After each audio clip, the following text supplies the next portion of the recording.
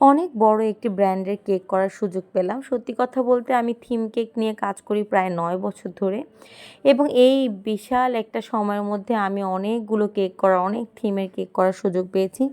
যদিও theme cake ব্যাপারটা এত বেশি বড়, কারণ আসলে এটা কেউ সারা জীবন করেও মনে হয় শেষ করতে পারবে না।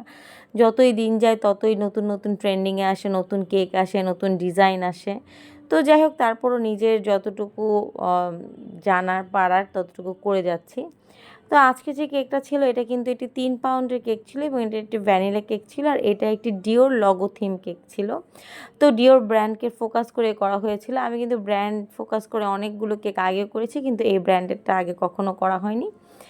আর এটার যে প্রিন্টটা সেটা কিন্তু এডিবল প্রিন্ট ছিল। আমি প্রথমে মাপ টাপ দিয়ে নিচ্ছিলাম, কারণ এই ধরনের কেকে যেটা হয় যে মাপ যদি না দিই তারপরে কিন্তু দেখতে ভালো লাগে না এবং একটু অ্যাব্রো থ্যাব্রো বা উঁচু নিচু হয়ে যাওয়ার একটা পসিবিলিটি থাকে। আর অনেকে চোখের আন্দাজে মাপ দিয়ে বুঝে ফেলতে পারে, আমার দ্বারা এটা একদমই সম্ভব না। তো আমি আসলে স্কেল দিয়ে মেপে নিয়েছিলাম।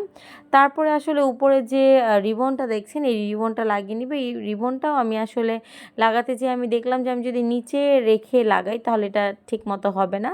তাই আমি একটু উঁচু করে নিয়ে তারপরে আসলে লাগিয়ে দিলাম। আসলে এই ধরনের ব্যাপারগুলো আমাদের একটু খেয়াল রাখতে হয় কেক করার সময়। আপনার যদি কাজটা হাতে সুবিধায় না আসে তাহলে কিন্তু কাজটা দেখতে একদমই ভালো লাগবে না। রেগুলার কাজ করতে করতে এই ব্যাপারগুলো আসলে ধারণায় চলে আসে। তো যাই হোক, প্রথমে আমি যে কাজগুলো ছিল, যেগুলো প্রিন্ট বসানো, সেগুলো করে তারপরে এই কেকটা একদম সেট করে দিয়েছি। কেকটার ভিডিও একদম শর্ট রেখেছি। তো সবাই ভালো থাকবেন। আল্লাহ হাফেজ।